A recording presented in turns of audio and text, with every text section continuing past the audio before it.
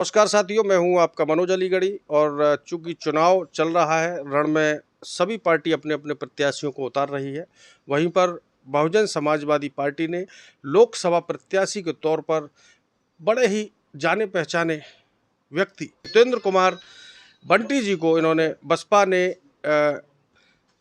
ने हितेंद्र कुमार बंटी जी पर दांव लगाया है। आइए बात करते हैं और पूछते हैं कि आप हैं तो बड़े खास भाजपा वालों के, लेकिन ऐसा क्या हुआ जो रातों रात नीले कलर की ओर बढ़ गए आप? जी बंटी भाई। पार्टी ने जैसा मुझे बहन जी की रीति नीतियों से, बहन जी के सुशासन को लेकर मेरे मन में कोई संशय नहीं थी और आज बहन जी ने मुझे बुलाकर आशीर्वाद दिया और कहा कि जाओ एक चेहरा बनो और वहाँ जाकर दबे कुचले पिछड़े वंचित शोषित दलित अल्पसंख्यक बहुसंख्यक समाज सबको सर्वजन हिताय सर्वजन सुखाय की नीति को का नारा मेरे दिल में दिया। तो मैंने कहा क्यों ना बहन जी के साथ कंधा से कंधा मिलाकर चला जाए। कंधे से कंधा मिलाकर तो आप भाजपा के बड़े दिग्गजों के साथ रहते हो, लगातार एक दो दिन नहीं बल्कि वर्षों से और कहते तो कई दशक से उनके साथ हो। आखिर उनके कंधे से कंधा मिलाने में क्या रोड़ा अटका जो एकदम इधर कूद पड़े आप? ये मेरा कहना नहीं है, ये अलीगढ़ की पब्लिक कह रही है।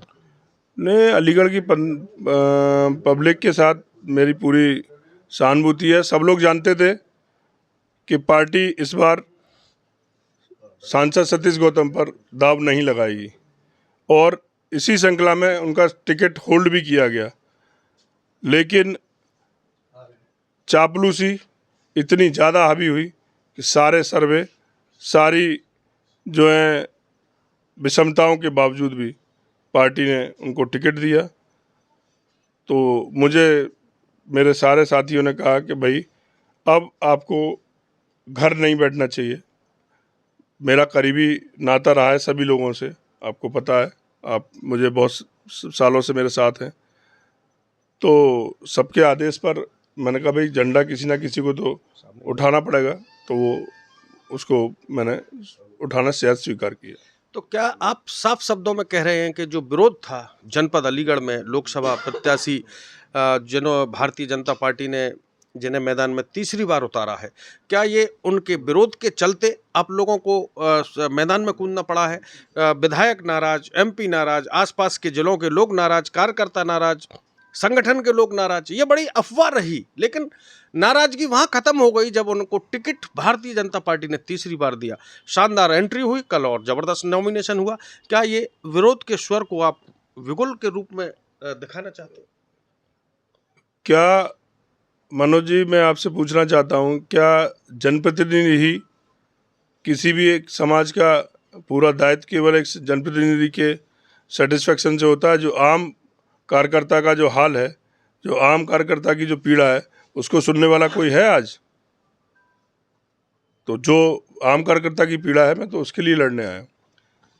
और ये जो भारतीय जनता पार्टी के लोग कह रहे हैं कि इस बार 400 पार, उस पर कहाँ तक ब्रेक लगाने में कामयाब होंगे? देखिए, बहन जी की नीतियों से लेकर हम लोग तो इस उत्तर प्रदेश में सबसे बड़ी पार्टी, जिस प्रकार से बहन जी ने इस बार सर्व समाज को, भाई अलीगढ़ से ब्राह्मण को, गाजियाबाद से ठाकुर को, हमारे बगल से धनगर समाज को, जिस प्रकार बहन जी सारे समाज को उनकी हिस्सेदारी दे रही हैं, तो मुझे लगता है कि उत्तर प्रदेश में हम ही सबसे बड़ी पार्टी बनकर निकलेंगे। जहां नारे गूंज रहे थे शहर भर में, क्या उन ब्राह्मण मतदाताओं में सेंध लगाने में आप कहाँ तक कामयाब होंगे? कल तक जब कोई चेहरा था ही नहीं, उन ब्राह्मण समाज की पीड़ा तो सबसे बड़ी पीड़ा है। हम वोट भी देते रहे, सपोर्ट भी देते रहे। हमको ही कहा गया कि सब्जी जीरे से फ्राई होगी। आप सब लोग, सोशल मीडिया का आजकल ज़माना है, आपने स्वयं देखा होगा कि जिसमें सांसद जी ने स्वयं कहा, पहले हम लोगों के सामने ही आती थी कि भाई साहब इन पर गौतमवाद का छाप है, आप मानते नहीं हैं तो हम लोग कहते थे नहीं भाई, आप लोगों का कोई काम व्यक्तिगत रह जाता है उसकी वजह से आप लोग शिकायत करते हैं। लेकिन अभी पिछले कुछ दिनों पहले जब उन्होंने स्वयं ही स्वीकार कर लिया कि हम अलीगढ़ में जीरे की तरह हैं, तो जब वो स्वयं कबूल कर रहे हैं और उसके बाद कह रहे हैं दोबारा 2 बार सब्जी फ्राई कर चुका हूँ, 3 बार, तीसरी बार फिर से सब्जी फ्राई करूँगा। जब वो स्वयं कबूल कर रहे हैं और उसके बाद कह रहे हैं दोबारा 2 बार सब्जी फ्राई कर चुका हूँ, 3 बार, तीसरी बार फिर से सब्जी फ्राई करूँगा, तो मेरा सब्जी इस बार बिना जीरे के छुकेगी और फ्राई नहीं होंगे हम लोग। जो एक बहुसंख्यक हमारा समाज है वो सब्जी के तौर पर अब के बिना जीरे की सब्जी खाना पसंद करेगा। देखिए, जब सब्जियों की चल रही है तो बिल्कुल बोलना चाहिए मुझे, सब्जियों का राजा होता है आलू, और बिना किसी भी दावत में बिना आलू के दावत नहीं कही जाती। तो लग रहा है कि एक शानदार आलू की सब्जी बनाई जाएगी। बिल्कुल। अच्छा, एक बात और मैं पूछना चाहता हूँ बंटी जी, और अब आप लोकसभा प्रत्याशी के रूप में बसपा ने उतार दिया है। आप बड़े बड़े घरानों से जुड़े रहे, जो भाजपा के स्तंभ माने जाते हैं प्रदेश में ही नहीं बल्कि देश में उनका नाम चलता है। क्या वो नाराज नहीं होंगे आपसे? कैसे मैनेज कर पाएंगे?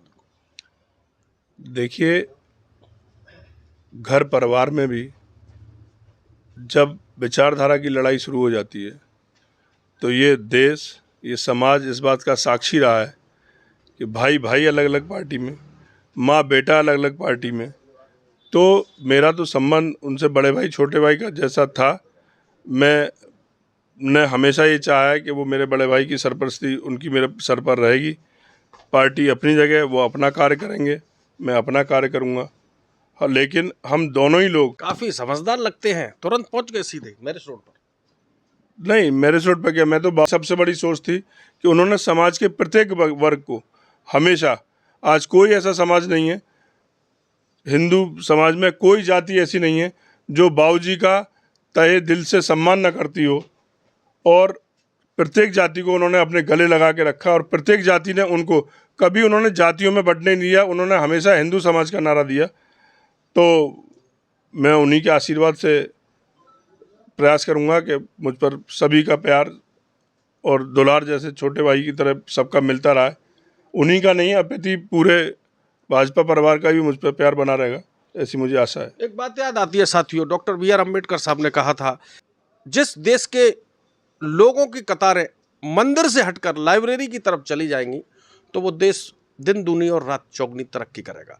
और तरक्की की बात है कि पंडित जी भी मैदान में उतर आए हैं, और बड़ी बात यह है कि दोनों बड़े खास थे और अब रण में मुकाबला होगा।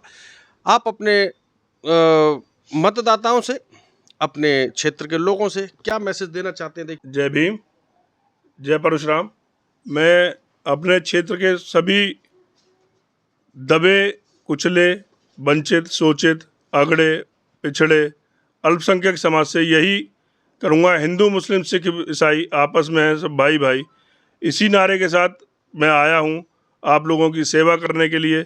आपने सबको देखा बार बार, मुझको देखो एक बार। भाई समय काफ़ी कम है और एरिया बहुत बड़ा है, कैसे कवर कर पाएंगे मतदाताओं के पास? कैसे पहुंचेंगे, कैसे पकड़ बनाएंगे? मानवर काशीराम जी ने ये नारा दिया था कि अगर प्रत्याशी आपके घर ना पहुंच पाए, आपकी चौखट तक ना आ पाए, तो आपके चौखट पर जो नीला झंडा लगा है उसी को प्रत्याशी समझकर और अपना वोट नीले झंडे पर, हाथी निशान पर डाल देना।